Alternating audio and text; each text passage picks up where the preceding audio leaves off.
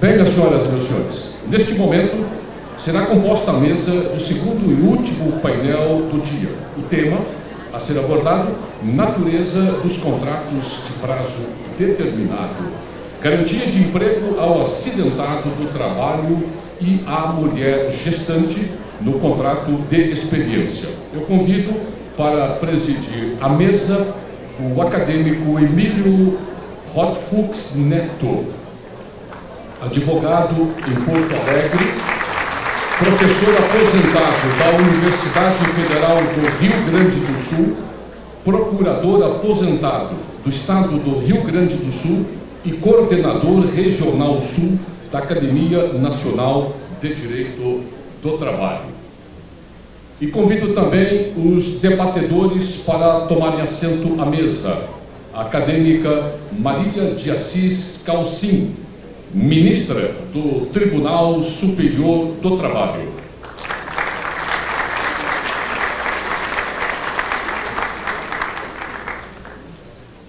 E o acadêmico Luiz Carlos Amorim Robortella, advogado, professor e membro da Academia Nacional de Direito do Trabalho. Senhoras e senhores, com a palavra o acadêmico Emílio Hotfuchs Neto. Senhoras e senhores, eu preclaro o presidente acadêmico Nelson Manrich. Minhas primeiras palavras são de agradecer e dizer da maneira como eu me sinto honrado e feliz por ter sido escolhido por Vossa Excelência para presidir o trabalho. E mais ainda por ter na minha companhia o meu amigo, Dr. Luiz Carlos Robortella, e a ministra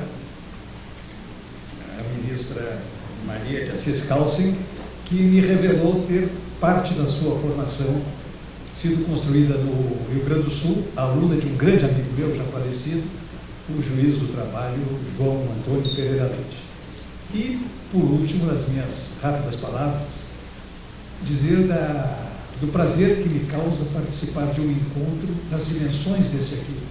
Um encontro para não muita gente, um encontro onde se pode trocar ideias e ouvir ideias dentro de um público extremamente selecionado e restrito, fugindo aqueles encontros de milhares de pessoas que mais parecem uma partida de futebol do Palmeiras ou do São Paulo do que efetivamente um congresso de natureza jurídica e científica.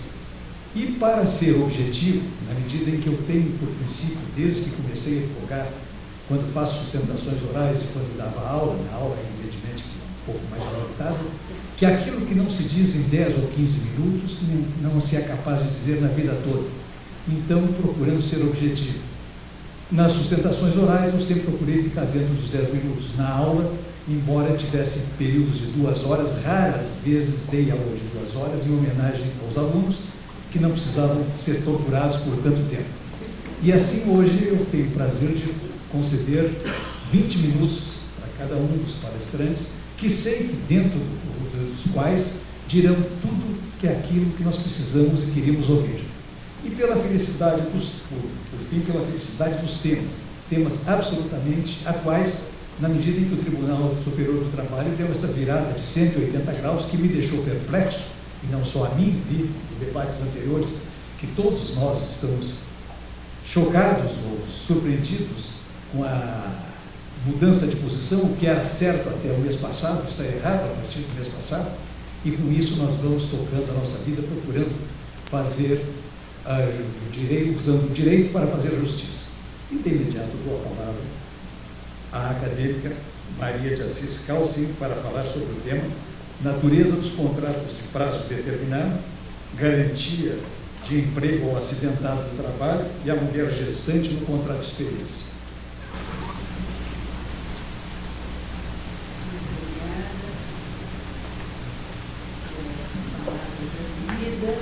Bom dia a todos.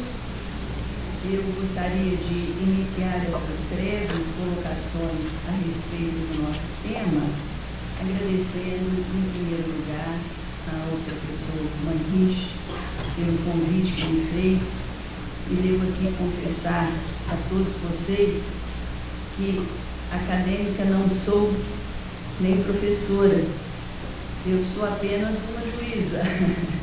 E vinha discutir um tema afeto à Justiça do Trabalho. E devo dizer que debito o convite feito pelo Dr. Manich o privilégio de estar aqui. E confesso aos senhores que também recebi um incentivo muito grande do meu colega Pedro Manos, já que está nessa mesa, porque me disse ele que o outro debatedor seria meu amigo Dr. Robortella. Então, hoje, às 5 horas, quando me levantei, eu fiquei muito animada, porque o Manos me disse, não, com certeza, o Robortella vai sacar do violão e tocar uma musiquinha. E ao chegar aqui no auditório, eu vejo que tem uma bateria, tem um órgão, mas eu não vi o violão. Então, como o Dr. Robortella tem muitas qualidades, quem sabe já expandiu o violão para a bateria ou para o órgão as suas qualidades musicais. Então, de qualquer maneira, é um prazer muito grande poder participar da mesma mesa com o Dr. Robortella. Eu não sei se vocês vão me dar ou se vão passar por aí. Eu fiz umas transparências só para facilitar a questão da redação das novas súmulas. Então, aí está em negrito, no item 3, a mudança que se operou agora na última semana do TST, na questão da redação da súmula 378. Eu ia, em primeiro lugar, colocar o que havia acontecido nessa semana, mas o ministro Pedro Manos já aqui se debruçou contando o que aconteceu, então não há necessidade de que eu retome isso. Mas, de qualquer maneira, é uma semana em que o tribunal para repensar ou então para atualizar alguma daquelas questões que têm provocado maiores inquietações nos julgamentos do dia a dia. E uma dessas é exatamente a questão da estabilidade do acidentado em razão do que preceitua o artigo 118 da Lei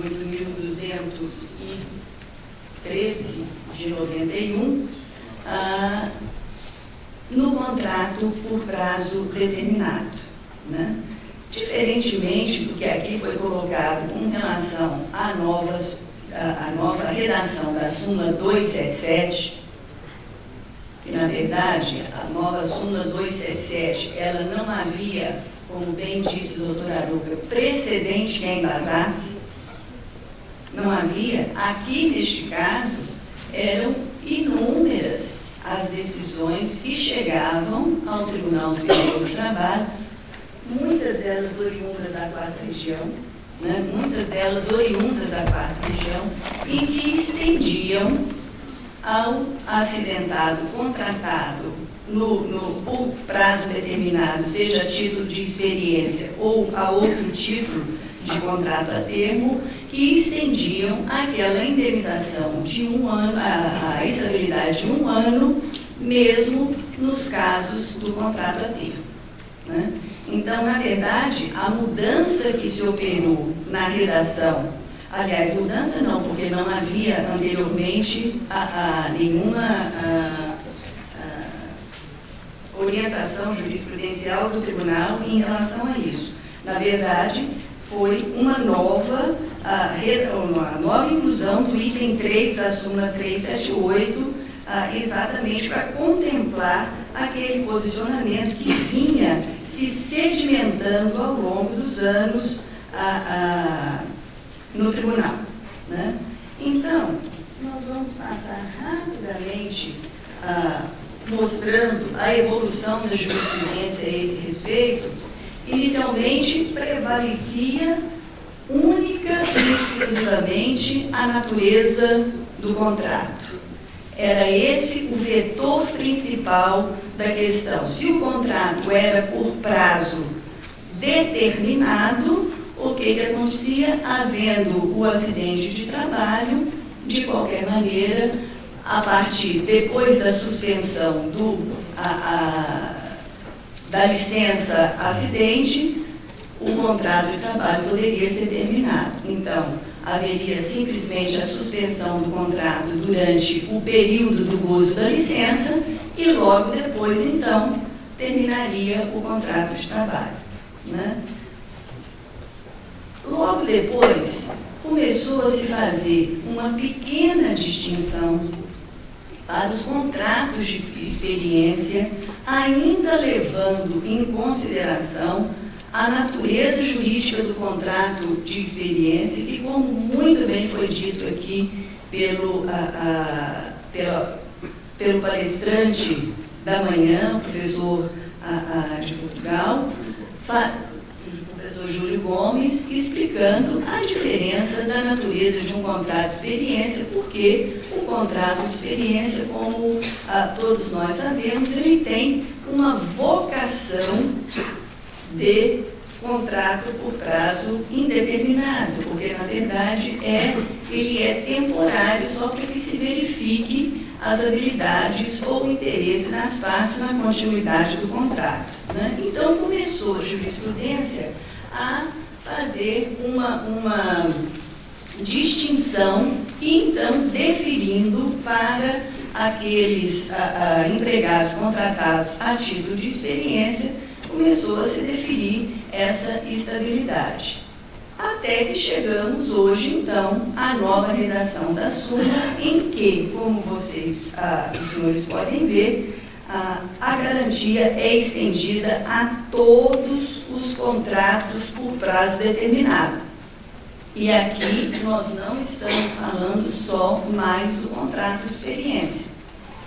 Os contratos de obra certa, né, são todos os contratos que se possa imaginar por prazo determinado.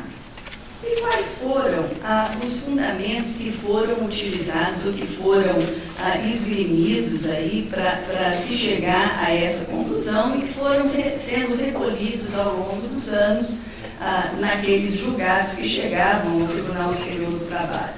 Em primeiro lugar, a ausência de distinção feita pelo artigo 118 da Lei de 91. O artigo 118, e aqui, ali embaixo está transcrito o texto do artigo 118, ele não faz a distinção entre o contrato, seja ele por prazo determinado ou indeterminado. Esse era um dos fundamentos que era utilizado, então, para se definir a estabilidade. Mas, e aí sim vem a grande mudança que o ministro Manos aqui colocou, né, a grande mudança de posicionamento do tribunal, até por conta da constitucionalização de vários dos direitos trabalhistas que se encontravam aí vigentes e, na verdade, espalhados, talvez, em convenções coletivas, em leis esparsas e tal.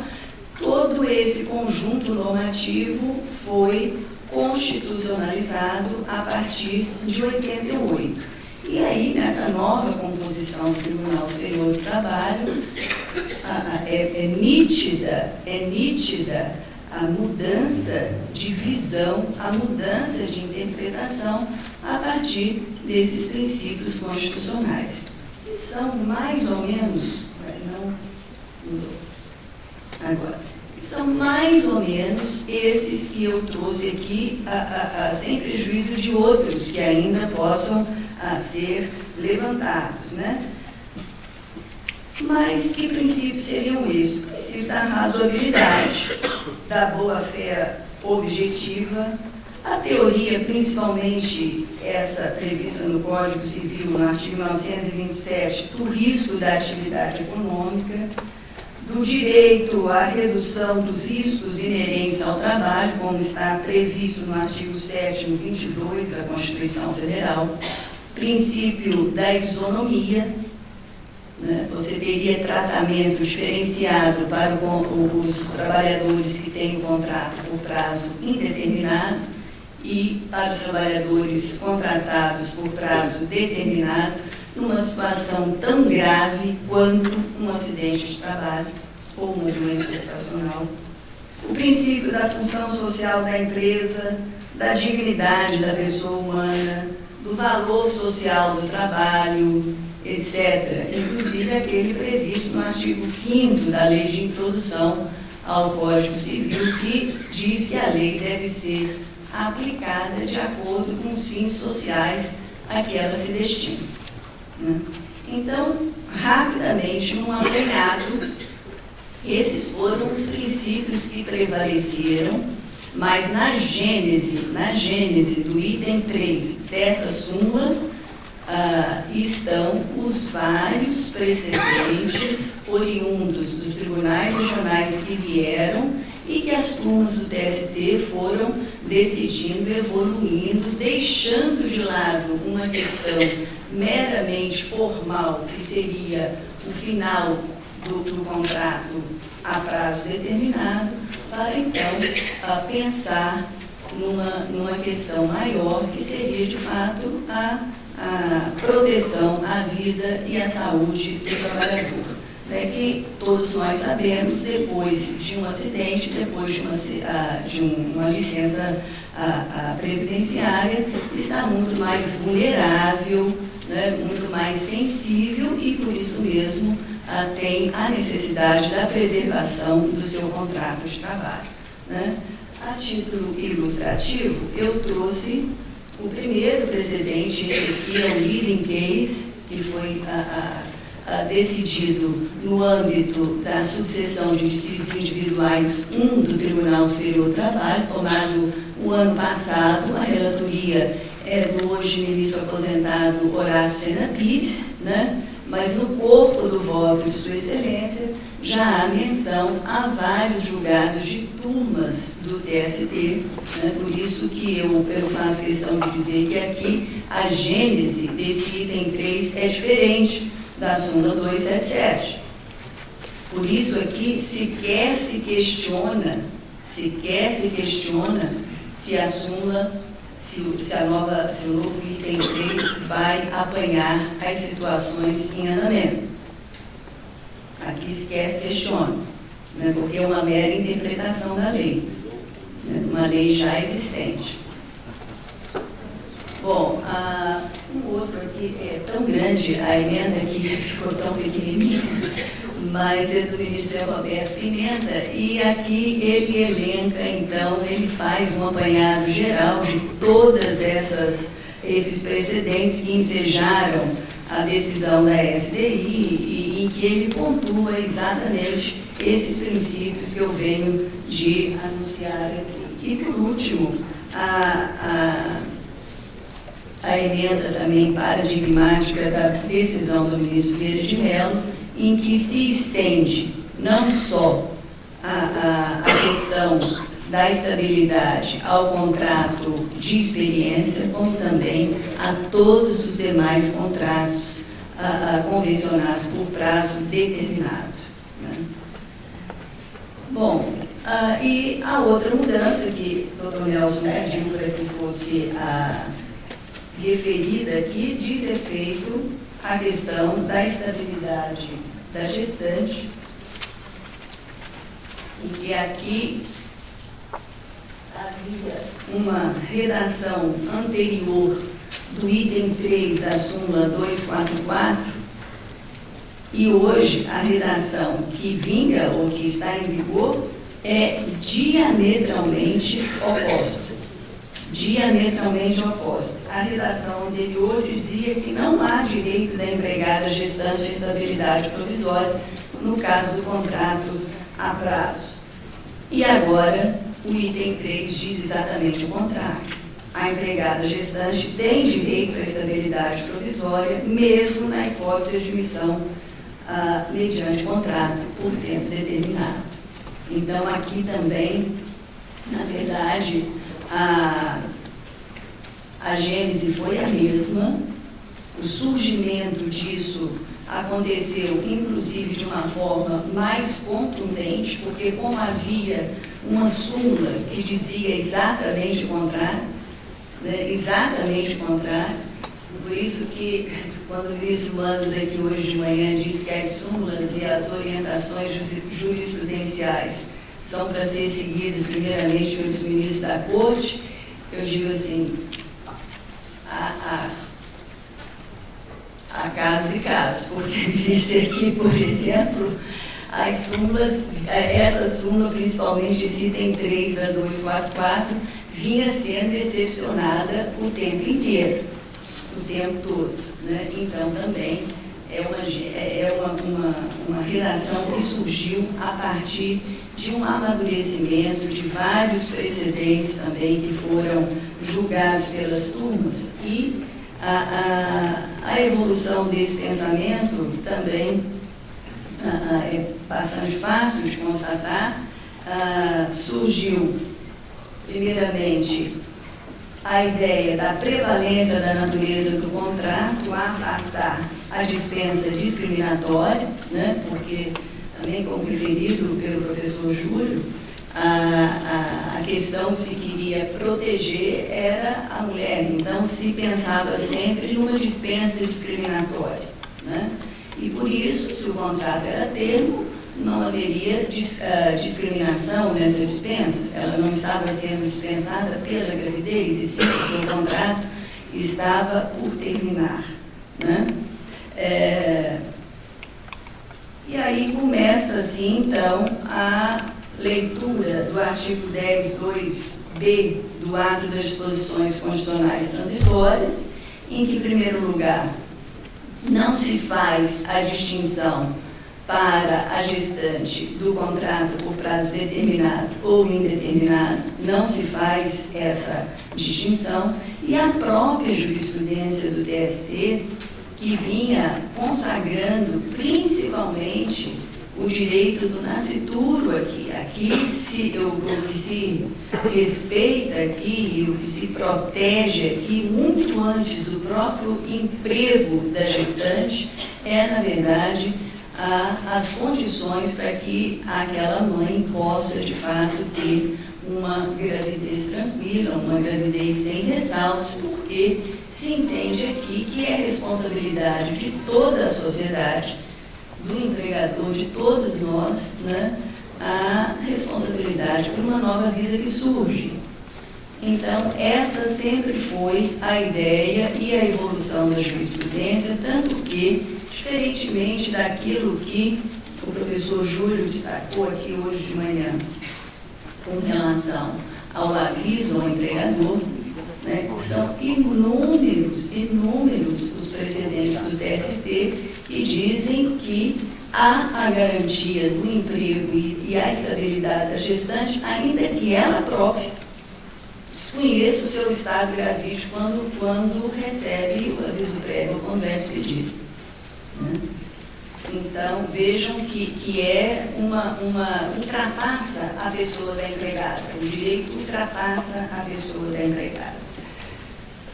E o que, na verdade, se decidiu, fez com que o Tribunal Superior do Trabalho decidisse definitivamente pela mudança de posicionamento, foi a jurisprudência do Supremo Tribunal Federal, que tem a última palavra no que diz respeito à interpretação das normas da Constituição, porque o próprio Supremo Tribunal Federal, como vocês vão ver algumas emendas que eu trouxe aqui, passou a entender, então, que independente do regime jurídico, seja ele administrativo, contratual, a prazo curto ou indeterminado, independente do regime jurídico, não se afastaria o direito à estabilidade da empregada gestante, né?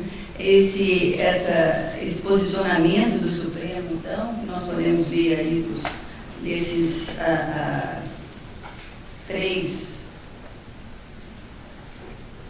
arestos que eu trouxe, e neles a informação de vários outros, é caudalosa a jurisprudência do Supremo nisso aí, e vem de bastante tempo. Ainda tem aresto do ministro Carlos Mário Veloso, que já se aposentou há bastante tempo, lá por 2001, 2002, já tem entendimento do Supremo nesse sentido, né? Então,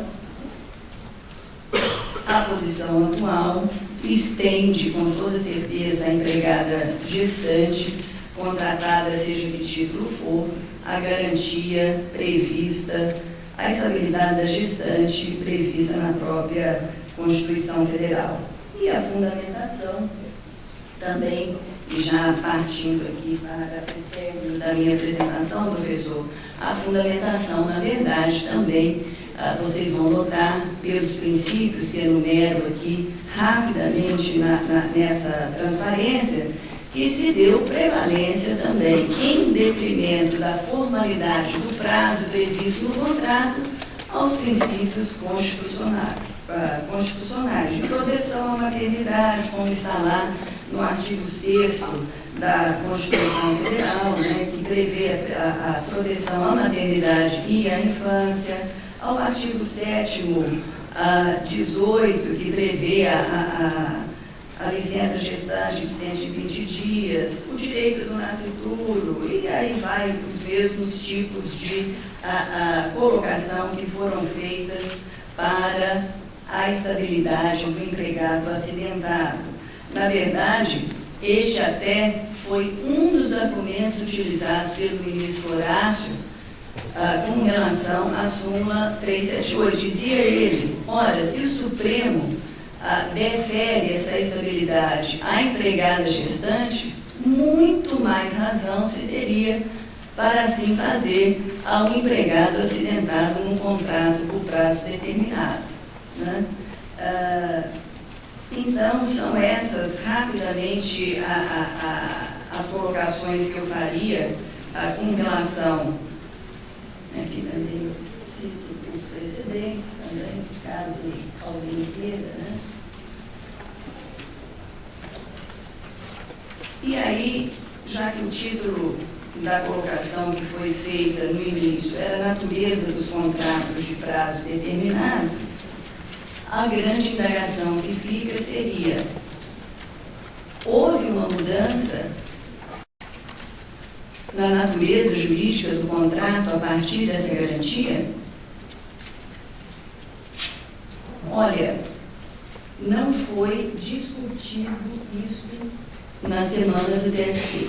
Ninguém deu o passo adiante sobre se haveria uma extensão dessa estabilidade a modificar, inclusive, o prazo do contrato que havia sido celebrado. Na verdade, deu-se apenas prevalência na interpretação da questão aos direitos fundamentais previstos na Constituição. Não se deu este passo adiante. Na verdade, a ideia que se tem é que o contrato permanece o mesmo. A ideia. Agora, caberá com toda certeza a jurisprudência e aquilo que for chegando ao tribunal, né, caberá então ver até aonde irá isso. O que nos preocupa, talvez, pensando para vir aqui, o que me preocupou, assim, eu não vi um caminho ou o que fazer naquele contrato por obra certa, né? Talvez um eletricista que tenha sido contratado para uma obra de 6 meses. Ele teve um acidente de trabalho, ficou a obra, a empresa só foi contratada para aquilo. Só para fazer a instalação elétrica daquela obra. E aí ele tem a estabilidade de 1 ano. Né? E quando ele volta para onde? Se nem a empresa tinha mais a obra certa. São essas questões que com toda certeza, o painel que nos antecedeu também colocou, né, essa incerteza de ver aonde vai a questão, né? Algumas soluções são pensadas, o pagamento do restante do prazo que se teria naquele contrato, ou quem sabe se a empresa então se ativou em outra obra e ali aproveita o empregado, ou se então o próprio empregado, em razão de ter lutado aí pela empresa e de ter se aprimorado, não será aproveitado de uma forma mais duradoura, né? Então, uma série de questões que estão sendo colocadas e que, no fundo, só serão dirimidas com o passar do tempo e com as questões que forem chegando ao tribunal. O doutor Portela, quando conversávamos ali no café, ele perguntava se eu teria sido a favor ou contra essas mudanças, né? Eu votei em todas as duas a favor da mudança, né? Quando eu integrava a SDI1, eu havia até levado uma questão de um motoboy que, num contrato de experiência, havia sofrido um acidente de trabalho e que não se deu a estabilidade de um ano a ele após o acidente, né? Eu fiquei vencida e a questão demorou mais um pouquinho, mais uns 3 anos, mais ou menos, até que, de fato, floresceu aí e vingou essa nova posição, né? Então, eu sou totalmente favorável a essas duas mudanças. Com relação à estabilidade do acidentado, somente um ministro votou contra, o restante todo era a favor, né? A questão da estabilidade da gestante é que houveram, me parece, 7 votos contra a estabilidade da gestante, 2 que votaram simplesmente pela revogação do item 3 da súmula, né? Mas, enfim, prevaleceu essa situação que está aqui, né? O papel do Tribunal Superior do Trabalho, na verdade, é, em primeiro lugar, de uniformizar a jurisprudência, né? Então, eu me sinto muito confortável de poder falar a respeito dessas duas súmulas, porque essas duas redações não são duas súmulas novas, mas essas duas redações com relação à estabilidade da gestante, do empregado acidentado, me sinto muito à vontade de poder defender e aqui falar, porque elas resultam mesmo de uma uniformização de jurisprudência. Ao contrário da 277, que foi discutida aqui na parte da manhã, né? Em que eu votei contra por esse motivo, né? Eu achava que, na verdade, a decisão foi tomada sem um processo judicial que estava sendo examinado, sem nenhum precedente, né? E, dada a venda daqueles que entendem contrariamente, para mim, ao repito, que previa o regimento interno do Tribunal Superior do Trabalho. Mas aí eu sou vencida e não cabe mais falar. Mas, de qualquer maneira, muito obrigada pela oportunidade, Dr. Nelson. Acredito que o nosso imbróglio eletrônico esteja totalmente resolvido. Eu agradeço aos senhores pela paciência e, com toda certeza, estamos todos aptos para ouvir as palavras do Dr. Roberto.